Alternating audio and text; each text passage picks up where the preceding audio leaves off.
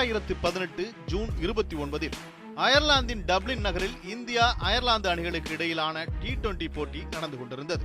இந்திய அணி பேட்டிங் செய்து கொண்டிருக்கும் போது வீரர்களின் கிட்பேக்கை தூக்கிக் கொண்டு மைதானத்திற்குள் வந்தார் அந்த வீரர். பேட்டிங் செய்து கொண்டிருந்த வீரர்களுக்கு தண்ணீர் எடுத்து வந்த அந்த வீரரை பார்த்து மைதானத்தில் இருந்த ரசிகர்கள் ஒரு கணம் அதிர்ச்சி அடைந்தனர். ஆனாலும் அவரை பார்த்து ஒட்டுமொத்த மைதானமும் ஆர்ப்பரித்தது. அந்த வீரர் தண்ணீர் எடுத்து வந்ததை பார்த்து ரசிகர்கள் அதிர்ச்சியும் ஆச்சரியமும் அடைந்ததற்கு காரணம் இருந்தது. அந்த வீரரின் பெயர் மகேந்திர சிங் தோனி. அவர் அணிக்கு புதிதாக அறிமுகமான வீரர் அல்ல, இந்திய கிரிக்கெட்டின் வெற்றிகரமான கேப்டன் என்று பெயர் எடுத்தவர். உலகின் தலை சிறந்த பினிஷர் என்ற பெருமையும் அவருக்கு உண்டு. சர்வதேச கிரிக்கெட் போட்டிகளில் கேப்டன்சிக்கான பல சாதனைகளுக்கு அகரம் தீட்டியவரும் அவர்தான். ICC நடத்தும் 3 வகை உலக கோப்பைகளையும் வென்ற ஒரே கேப்டன் என்கிற சாதனையை தன்வசம் வைத்திருப்பவர் சக வீரர்களுக்கு தண்ணீர் எடுத்து வந்ததை பார்த்து ரசிகர்கள் அதிர்ச்சி அடைந்ததில் ஆச்சரியம் இல்லைதானே. ஆனால் தோனி தன் ரசிகர்களை இப்படி ஆச்சரியப்படுத்துவது அது முதல் முறை அல்ல. ரசிகர்களின் ஆதர்சமாக விளங்கும் தோனி தனது ரசிகர்களை ஆச்சரியப்படுத்திய தருணங்களை பற்றி பதிவு செய்கிறது இந்த தொகுப்பு. தோனியை ரசிகர்கள் கொண்டாடுவதற்கு முக்கியமான காரணங்களில் ஒன்று களத்தில் அவர் நடந்து கொள்ளும் முறை. வெற்றியோ தோல்வியோ தோனியின் நடவடிக்கை பெரிதாக வித்தியாசப்படாது. இந்த ஒரு குணத்துக்காகவே தோனி பெரும்பாலான தருணங்களில் கொண்டாடப்படுவார். தோனி அறிமுகமான போது இந்திய அணியில் அதிரடியாக விளையாடும் வீரர்களின் எண்ணிக்கை மிகவும் குறைவாகவே இருந்தது. அறிமுகமான புதிதில் தனது அதிரடி ஆட்டத்தின் மூலம் ரசிகர்களை அதிகம் கவர்ந்தார் தோனி. அதேபோல் தோனி கேப்டனான தருணத்தில் அவரது கூலான செயல்பாடுகள் இந்திய ரசிகர்களுக்கு புதிய அனுபவமாக அமைந்தன. அதுவரை இந்திய ரசிகர்கள் பார்த்த கேப்டன்கள் பெரும்பாலானோர் ஆக்ரோஷமான செயல்பாடுகளுக்கு பெயர் போனவர்கள் என்பதே அதற்கான காரணம். களத்தில் வீரர்கள் தவறு செய்தாலும் அதை பற்றி பெரிதும் அலட்டிக் கொள்ளாமல் தோனி செயல்பட்டது பலருக்கும் ஆச்சரியமானதாகவே அமைந்தது. மேலும் தோனியின் அந்த அணுகுமுறை வெற்றி தேடித் தரவே ரசிகர்கள் எந்த தயக்கமும் இல்லாமல் தோனியை கொண்டாடத் தொடங்கினர். கிரிக்கெட்டை ஜென்டில்மேன் விளையாட்டு என்பார்கள். அதனை உண்மையாக்கும் நிகழ்வுகள் அரிதிலும் அரிதாக கிரிக்கெட் அரங்கில் அரங்கேறும். சில வீரர்கள் தான் அதனை உண்மையாக்குவது போல் நடந்து கொள்வார்கள். அதில் தோனியும் ஒருவர். கடந்த 2011ஆம் ஆண்டு இங்கிலாந்திற்கு சுற்றுப்பயணம் செய்து விளையாடியது இந்திய கிரிக்கெட் அணி. முதல் போட்டியில் தோல்வியடைந்த நிலையில் 2வது போட்டியிலும் இங்கிலாந்து அணி சிறப்பான ஆட்டத்தை வெளிப்படுத்திக் கொண்டிருந்தது. சதத்தை கடந்து விளையாடி கொண்டிருந்தார் இங்கிலாந்து வீரர் இயான் பெல். தேநீர் இடைவேளைக்கு முந்தைய கடைசி பந்தை அடித்துவிட்டு பந்து பவுண்டரி சென்று விட்டதாக நினைத்து கிரீஸை விட்டு வெளியேறினார் பெல். ஆனால் அவர் ரன் அவுட் செய்யப்பட்டார். நடுவரும் அவுட் கொடுத்து விட்டார். ஆனால் போட்டி முடிந்து விட்டதாக நினைத்தே பெல் கிரீஸை விட்டு வெளியேறியதாக கூறப்பட்டது. உடனே தனது அப்பீலை திரும்ப பெற்று பெல் தொடர்ந்து பேட்டிங் செய்ய அனுமதித்தார் இந்திய கேப்டன் தோனி. அந்த போட்டியில் இந்திய அணி மிகவும் திணறிக் கொண்டிருந்தது. அந்த நேரத்தில் தோனி எடுத்த அந்த முடிவு பலருக்கும் அதிர்ச்சியானதாகவே இருந்தது. இன்னும் சொல்ல போனால் இந்திய ரசிகர்கள் பலரும் தோனியின் முடிவால் அதிருப்தி அடைந்தனர். ஆனாலும் விளையாட்டு உணர்வை குலைக்காமல் நடந்து கொண்டார் என பரவலாக பாராட்டப்பட்டார் தோனி. ஜென்டில்மேன் கேமான கிரிக்கெட்டின் மகத்துவத்தை தோனி காப்பாற்றியதாக கிரிக்கெட் விமர்சகர்கள் அவரை கொண்டாடினர். அதேபோல் கடந்த 2015ஆம் ஆண்டு மும்பை வான்கடே மைதானத்தில் நடந்த ஒருநாள் போட்டியில் இந்திய தென்னாப்பிரிக்க அணிகள் மோதின. அந்த தொடரின் வெற்றியாளரை நிர்ணயிக்கும் முக்கியமான போட்டி அது. முதலில் பேட் செய்த தென்னாப்பிரிக்க பேட்ஸ்மேன்கள் இந்திய பவுலர்களை அக்னி பரீட்சை செய்து கொண்டிருந்தனர். சுழற்பந்து, வேகப்பந்து என்கிற பேதமில்லாமல் எல்லா பந்துகளையும் நாலாபுரமும் சிதறடித்துக் கொண்டிருந்தனர் தென்னாப்பிரிக்க வீரர்கள். இந்திய வீரர் அக்சர் பட்டேல் வீசிய பந்தை சிக்ஸருக்கு விளாசிவிட்டு தசைப்பிடிப்பின் காரணமாக பேலன்ஸ் இல்லாமல் கீழே விழுந்தார் தென்னாப்பிரிக்காவின் டூப்ளசிஸ். அவருக்கு உதவ தென்னாப்பிரிக்க அணியின் பிசியோதெரபிஸ்ட் களத்திற்குள் வந்தார். ஆனால் தசைப்பிடிப்பால் அவதிப்பட்ட டூப்ளசிஸின் அருகில் வந்த தோனி அவரது 2 கால்களையும் மேலே தூக்கி பிடித்துக் கொண்டு முதல் உதவி செய்தார். ஒட்டுமொத்த வான்கடே மைதானமும் தோனி தோனி என்கிற ஆரவார குரலால் அதிர்ந்தது. தான் சாம்பியன் வீரர் என்கிற அந்தஸ்தில் இருக்கும் நிலையில் கௌரவம் பார்க்காமல் எதிரணி வீரரின் காலை தாங்கி பிடித்து தோனி முதலில் உதவி செய்ததை ஒட்டுமொத்த கிரிக்கெட் உலகமும் பாராட்டியது.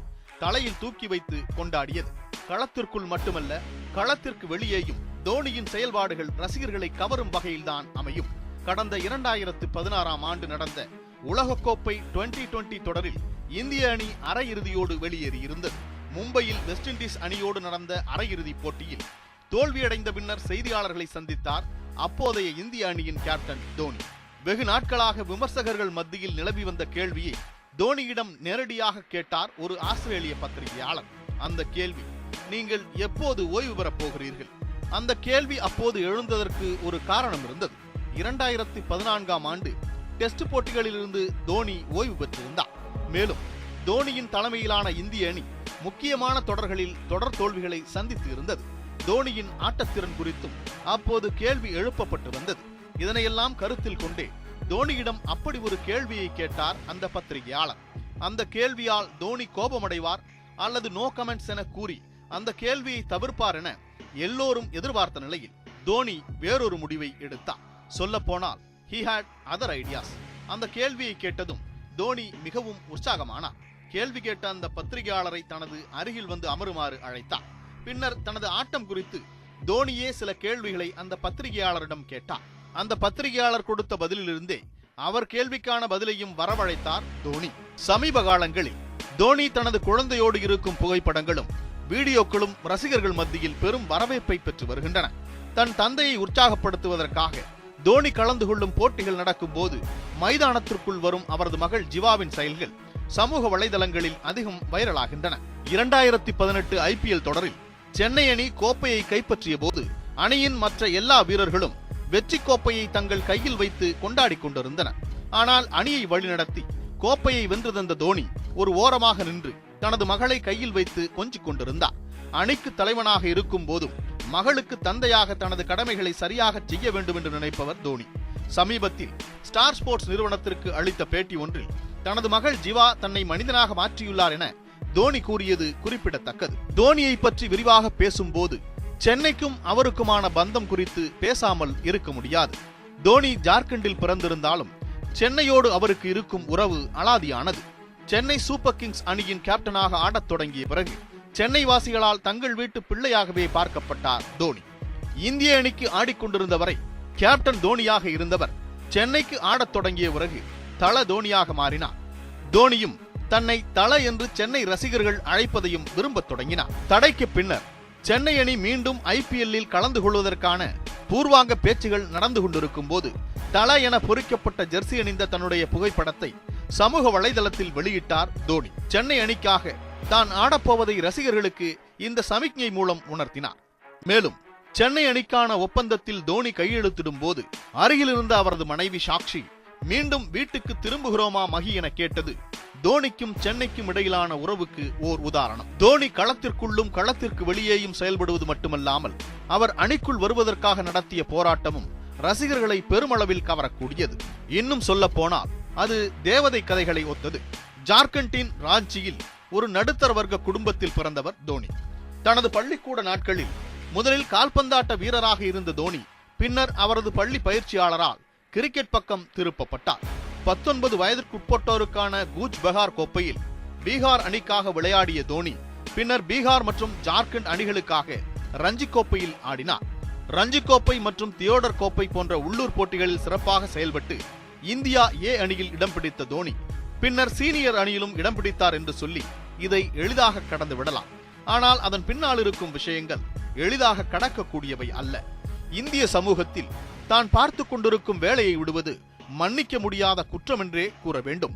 ஆனால் தோனி தனது கனவுக்காக நிலையான வருமானம் வரும் அரசு வேலையை துணிச்சலாக கைவிட்டார். தோனியை பற்றி கூறப்படும் கருத்துக்களில் ஒன்று அவருக்கு அதிர்ஷ்டம் அதிகம் என்பது. அதிர்ஷ்டம் என்கிற ஒன்று உண்மையெனில் அது துணிச்சல்காரர்களை சென்று சேரும் இயல்புடையது. தோனி அப்படிப்பட்ட துணிச்சல்காரர். அந்த துணிச்சல் தான் மேற்கு வங்கத்தின் ஏதோ ஒரு மூலையில் இருக்கும் காரக்பூரில் டிக்கெட் கலெக்டராக இருந்த தோனியை கோப்பைகளை கலெக்ட் செய்யும் வெற்றிகரமான கேப்டனாக மாற்றியது. அந்த துணிச்சல் தான் மைதானத்தில் தோனியை கண்டவுடன் ரசிகர்களை ஆர்ப்பரிக்க வைக்கிறது. அந்த துணிச்சல் தான் கிரிக்கெட் விளையாடும் நாடுகளை எல்லாம் அவரது பெயரை உச்சரிக்கும்படி செய்திருக்கிறது. அந்த துணிச்சல் தான் பல இளைஞர்களுக்கு தோனியை முன்மாதிரியாக மாற்றியிருக்கிறது. ஆனால் இந்த இடத்தில் இன்னொரு கேள்வி எழ வேண்டியது அவசியமாகிறது. உண்மையில் களத்தில் விளையாட்டு தவிர்த்த தனது செயல்பாடுகளுக்காகத்தான் தோனி கொண்டாடப்பட வேண்டுமா? தோனி தனது மகளோடு விளையாடும் வீடியோக்களை வைத்துதான் அவரை குறித்து பேச வேண்டுமா? களத்தில் எதிரணி வீரர்களோடு நல்ல முறையில் நடந்து கொள்கிறார் என்பதற்காகத்தான் அவர் புகழப்பட வேண்டுமா? நடுத்தர வர்க்கத்தில் பிறந்த அவர் இவ்வளவு உயரத்திற்கு வளர்ந்திருக்கிறார் என்கிற தன்னம்பிக்கை கதைக்காகத்தான் தோனி போற்றப்படுகிறாரா? விளையாட்டு உணர்வோடு நடந்து கொள்கிறார் என்கிற ஃபேர் பிளே கார்டுக்குத்தான் அவர் தகுதியானவரா? கிரிக்கெட்டில் தோனியின் திறமை என்ன? அணியில் அவரது இடம் என்ன என விடை காண வேண்டிய பல கேள்விகள் அணிவகுத்து நிற்கின்றன. தன்னிடம் இருக்கும் விளையாட்டு உணர்வு போன்ற விஷயங்களுக்காகத்தான் தோனி கொண்டாடப்படுகிறாரா, தோனியின் விளையாட்டு திறன் கொண்டாட்டத்திற்கு உரியதுதானா என்ற கேள்விகளை எழுப்பினார்.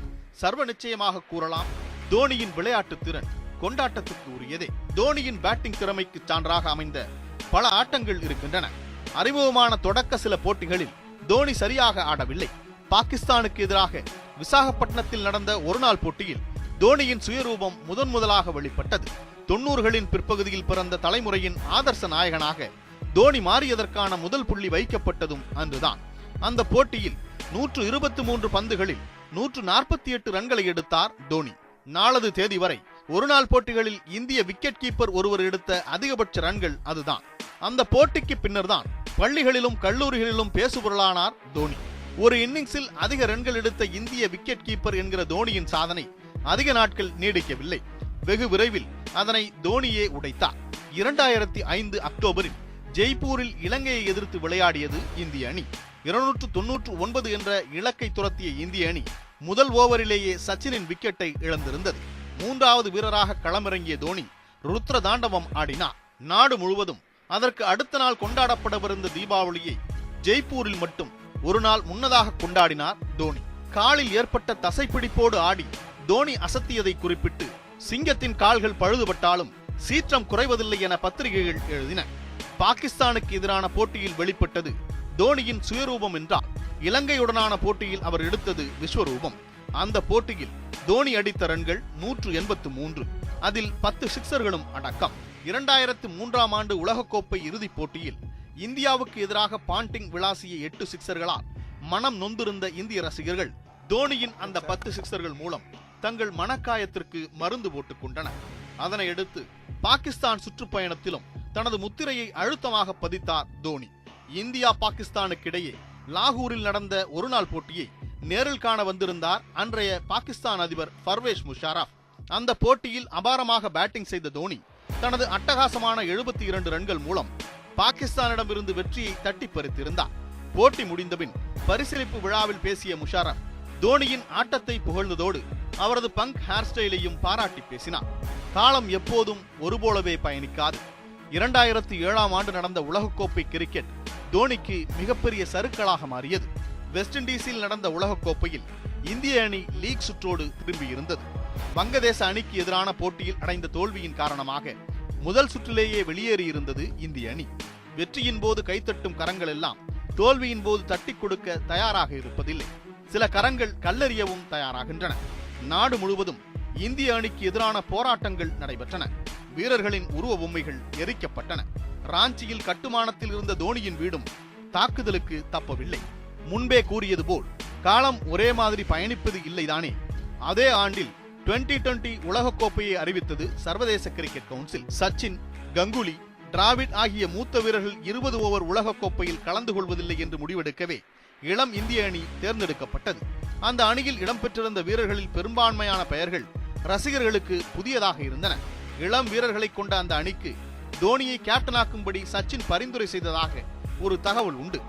அந்த தொடருக்கு முன்பு வரை இந்திய அணி ஒரே ஒரு சர்வதேச 2020 போட்டியில் மட்டுமே விளையாடி இருந்தது. ஆனால் யாரும் எதிர்பாராத வகையில் கோப்பையை கைப்பற்றியது தோனியின் இளம் படை. டேபிள்ஸ் ஆர் டர்ன்ட் என்று ஆங்கிலத்தில் ஒரு பதம் உண்டு. அந்த தருணத்திற்கு மிகவும் பொருத்தமான வார்த்தைகள் இவை. தோனி மீதும் இந்திய அணி மீதும் கல்லெறிந்த பல கைகள் பூக்களை தூவின. பத்திரிகைகளில் முன்பு எந்த இடத்தில் தோனியின் வீடு தாக்கப்பட்ட படம் இருந்ததோ, இப்போது அதே இடத்தில் உலகக்கோப்பையை கையில் வைத்துக் கொண்டு தோனி ஸ்டைலாக சிரித்துக் கொண்டிருந்தார். தான் அவமானப்படுத்தப்பட்ட இடத்தில் தன் வெற்றியை நிரூபித்து அவமானப்படுத்தியவர்களே தன் வெற்றியை கொண்டாட வைக்கும் வாய்ப்பு எல்லோருக்கும் அமைந்து விடுவதில்லை. அது தோனிக்கு அமைந்தது. இந்த இடத்தில் சொல்ல வேண்டிய இன்னொரு உப தகவல் உண்டு. இந்திய கிரிக்கெட்டில் தோனியின் சகாப்தம் அப்போது அதிகாரப்பூர்வமாக தொடங்கி இருந்தது. அடுத்த சில நாட்களிலேயே ஒருநாள் மற்றும் டெஸ்ட் போட்டிகளுக்கான கேப்டன் பதவியை ராகுல் டிராவிட் ராஜினாமா செய்ய ஒருநாள் போட்டிகளுக்கும் கேப்டனாக நியமிக்கப்பட்டார் தோனி. தோனி தலைமையில் இந்திய அணி சிறப்பாகவே செயல்பட்டது. சொந்த மண்ணில் பாகிஸ்தானுக்கு எதிரான ஒருநாள் தொடரை கைப்பற்றிய தோனியின் அணி 2008இல் ஆஸ்திரேலியாவுக்கு சுற்றுப்பயணம் செய்தது. அந்த பயணத்தில்தான் பலத்த விமர்சனங்களுக்கிடையே துணிச்சலான முடிவொன்றை எடுத்தார் தோனி. ஆஸ்திரேலியாவுடனான டெஸ்ட் தொடரை இழந்த நிலையில் ஒருநாள் போட்டிகளுக்கு இளம் வீரர்களை அதிகம் கொண்ட அணியை தோனி தேர்ந்தெடுத்தார். சீனியர்களை அவர் புறக்கணிப்பதாக குற்றச்சாட்டு எழுந்தது. ஆனாலும் தனது முடிவில் உறுதியாக இருந்தார் தோனி. இந்த முறையும் அவரது துணிச்சலை அதிர்ஷ்டம் முத்தமிட்டது. 22 ஆண்டுகளுக்கு பின்னர் ஆஸ்திரேலிய மண்ணில் ஒருநாள் தொடரை வென்றது இந்திய அணி. 2009ஆம் ஆண்டு கும்ப்ளே ஓய்வு பெற்றதால் டெஸ்ட் கேப்டனாகவும் பொறுப்பேற்றார் தோனி. அவரது தலைமையிலான அணி நியூசிலாந்திலும் வெஸ்ட் இண்டீஸிலும் டெஸ்ட் தொடரை வென்றது. அதேபோல் சர்வதேச டெஸ்ட் தரவரிசையில் முதன்முறையாக முதலிடம் பிடித்து சாதித்தது. தோனியின் சாதனை மகுடங்களில் மின்னும் வைரம் போன்றது 2011 உலகக்கோப்பை வெற்றி. இளமையும் அனுபவமும் சரிவிகிதத்தில் கொண்ட அணியாக தேர்ந்தெடுக்கப்பட்டது இந்திய அணி. துணைக்கண்டத்திலேயே உலகக்கோப்பை நடப்பது இந்திய அணிக்கு சாதகமான அம்சமாக பார்க்கப்பட்டது. தோனி பேட்டிங்கில் சொதப்பினாலும் இந்திய அணி அந்த தொடரில் சிறப்பாகவே செயல்பட்டது. இறுதிப் போட்டியில் யாரும் எதிர்பாராத வகையில் யுவராஜின் ஆர்டரில் இறங்கிய தோனி பட்டையை கிளப்பினார். இந்திய அணி கோப்பையை கைப்பற்றியது. உற்சாகம் கொப்பளிக்கும் குரலில் ரவி சாஸ்திரி செய்த வர்ணனையோடு தோனி அடித்த அந்த வெற்றிக்கான சிக்ஸரை இந்திய ரசிகர்களால் அவ்வளவு எளிதில் மறக்கவே முடியாது. அந்த வெற்றிக்கு பிறகு தோனியின் சோதனை காலங்கள் தொடங்கின. வெளிநாட்டு டெஸ்ட் தொடர்களில் தோனியின் அணி தொடர்ந்து தோல்வியை சந்தித்தது. இதனால் தோனியின் கேப்டன்சி பலத்த விமர்சனங்களுக்கு உள்ளானது. சர்வதேச கிரிக்கெட்டில் இந்திய அணி தோல்விகளை சந்திக்க ஐபிஎல்லில் தோனி தலைமையிலான சென்னை சூப்பர் கிங்ஸ் அணியை சூதாட்ட புகார்கள் சுழன்றடித்தன. 2013ஆம் ஆண்டில் நடந்த ஐபிஎல் தொடரில் சென்னை அணி மீது சொல்லப்பட்ட சூதாட்ட புகாரில் தோனியும் குற்றம் சாட்டப்பட்டார். இந்திய அணியின் முக்கியமான வீரர்கள் சிலர் மீதும் சூதாட்ட புகார் கூறப்பட்டது. அந்த புகார்களின் ஈரம் காய்வதற்குள் சாம்பியன்ஸ் டிராபி விளையாட இங்கிலாந்து சென்று சேர்ந்தது இந்திய அணி. அத்துடன் கோப்பையையும் கைப்பற்றியது. ஐசிசி நடத்தும் அனைத்து வகையான கோப்பைகளையும் வென்ற ஒரே கேப்டன் என்கிற சாதனை தோனி வசம் வந்து சேர்ந்தது. 2015 ஒருநாள் உலகக்கோப்பை, 2016 2020 உலகக்கோப்பை போன்றவற்றில் இந்திய அணி தோல்வியடையவே 2017 ஜனவரியில் தனது கேப்டன் பதவியை ராஜினாமா செய்த தோனி அணியில் ஒரு வீரராக தொடர்கிறார். ஆனால் தோனியின் கேப்டன்சி சாதனைகள் பொன்னெழுத்துக்களில் பொறிக்கப்பட வேண்டியவை என்கிறார்கள் கிரிக்கெட் விமர்சகர்கள். உலகின் தலைசிறந்த வீரர்கள் பலர் கேப்டன்சியின் போது தடுமாறி இருக்கிறார்கள். அதற்கு மிகச்சிறந்த உதாரணம் சச்சின். ஆனால் ஒரு வீரராக மட்டுமல்லாமல் ஒரு தலைவனாகவும் தனது ஆளுமையை நிரூபித்தவர் தோனி. ஒரு நல்ல தலைவனுக்கு உதாரணம் எதிர்காலத்திற்கான வீரர்களை உருவாக்குவது. இப்போது இந்திய அணியில் அசத்திக் கொண்டிருக்கும் ரோஹித் சர்மா, அஸ்வின், பும்ரா, புவனேஷ்குமார் ஆகியோர் தோனியின் வார்ப்புகளே. ஒரு வீரராக அணியின் கேப்டனாக தோனி செய்த சாதனைகளை எல்லாம் தாண்டியது விக்கெட் கீப்பராக அவர் செய்திருக்கும் சாதனைகள். தோனி இந்திய அணிக்குள் வந்த காலகட்டம் மிகவும் முக்கியமானது. சர்வதேச கிரிக்கெட்டில் விக்கெட் கீப்பர்கள் குறித்த கருத்துக்கள் மாறத் தொடங்கியுள்ளன. கில்கிறிஸ்ட், பவுச்சர் போன்றவர்களால் விக்கெட் கீப்பர்கள் சிறந்த பேட்ஸ்மேன்களாகவும் இருக்க வேண்டும் என்கிற கருத்தாக்கம் உருவாகியுள்ளது. இந்திய அணியிலோ நயன் மோங்கியாவிற்கு பின்னர் நிலையான விக்கெட் கீப்பர்களே இல்லாத நிலை இருந்தது. அஜய் ரத்ரா, பார்த்திவ் பட்டேல், தீப்தாஸ் குப்தா என பல விக்கெட் கீப்பர்கள் பரிசோதிக்கப்பட்டும் எந்த பலனும் ஏற்படாத நிலையில் தோனி அணிக்குள் வந்தார். இந்திய அணிக்கு ஒரு கில்கிறிஸ்ட் வேண்டும், ஒரு பவுச்சர் வேண்டும் என பேசப்பட்ட காலங்களில் அணிக்குள் வந்து மற்ற அணிகளை தங்களுக்குள் ஒரு தோனி வேண்டும் என்று எண்ண வைத்தது தோனியின் ஆகச் சிறந்த சாதனை. தோனி எந்த அளவிற்கு பாராட்டப்படுகிறாரோ அவ்வளவு அவர் மீது விமர்சனங்களும் உண்டு. தோனி மீது கூறப்படும் முக்கியமான விமர்சனங்களில் ஒன்று துணைக்கண்டத்துக்கு வெளியே அவர் சதமடித்தது இல்லை என்பது. ஆனால் துணைக்கண்டத்துக்கு வெளியே அணியை காப்பாற்றிய அவரின் சில 80-90களின் மதிப்பு சதத்தை விட நிச்சயம் அதிகம்தான். அதேபோல் சீனியர்களை தவிர்த்துவிட்டு இளம் வீரர்களுக்கு வாய்ப்பு வழங்கிய போது பல்வேறு விமர்சனங்கள் வந்தன. அந்த சீனியர்கள் இருந்தபோது எட்டாத உயரங்களுக்கு அணியை கொண்டு சென்று விமர்சனங்களுக்கு பதிலளித்துள்ளார் தோனி. சமீப காலமாக அவர் சரியாக விளையாடவில்லை என்றும் விமர்சனங்கள் வைக்கப்படுகிறது. ஆனால் அதை கடுமையாக மறுக்கும் வகையில் புள்ளி விவரங்கள் இருக்கின்றன. கடந்த ஆண்டு ஒருநாள் போட்டிகளில் அவரது சராசரி 60.62. தோனியிடம் அளவிட முடியாத விளையாட்டு திறன் மிச்சம் இருக்கிறது. 35 வயதை கடந்த நிலையிலும் அவரது உடற்தகுதி அசாத்தியமானது. இக்கட்டான தருணங்களில் இப்போதும் அணியை அவர்தான் வழிநடத்துகிறார். அது இனியும் தொடரும். தோனியின் வார்த்தைகளிலேயே அவரை குறித்து சொல்வதென்றால் பழைய ஒயினுக்கு ருசி அதிகம். தோனியின் சாதனைகள் எதிர்காலத்தில் முறியடிக்கப்படலாம். தோனி கீப்பிங்கில் தொட்ட உயரத்தை ரிஷப் பண்டோ, சஞ்சு சாம்சனோ தாண்டலாம். கேப்டன்சியில் கோலியோ, ரோஹித்தோ, ரெய்னாவோ சிகரம் தொடலாம். ஆனால் செய்யவே முடியாது என்று கருதியவற்றை செய்து காட்டிய தோனிக்கு பின்னால் வைத்துதான் அவர்கள் பார்க்கப்படுவார்கள் என்பது நிதர்சனம். தோனி தோல்விகளை சந்தித்திருக்கலாம், அவரிடம் குறைகள் இருக்கலாம். குறைகளே இல்லாத ஒரு மனிதனைத்தான் கொண்டாட வேண்டுமென்றால் இந்த யுக முடிவு நாள் வரை நாம் காத்திருக்க வேண்டும். அப்படி காத்திருந்தாலும் குறைகளற்ற ஒருவன் வரப்போவதில்லை என்பதால் சக மனிதர்களை குறைகளோட கொண்டாடுவோமே, என்னவாகிவிடப் போகிறது? ஆக தோனியையும் கொண்டாடுவோம்.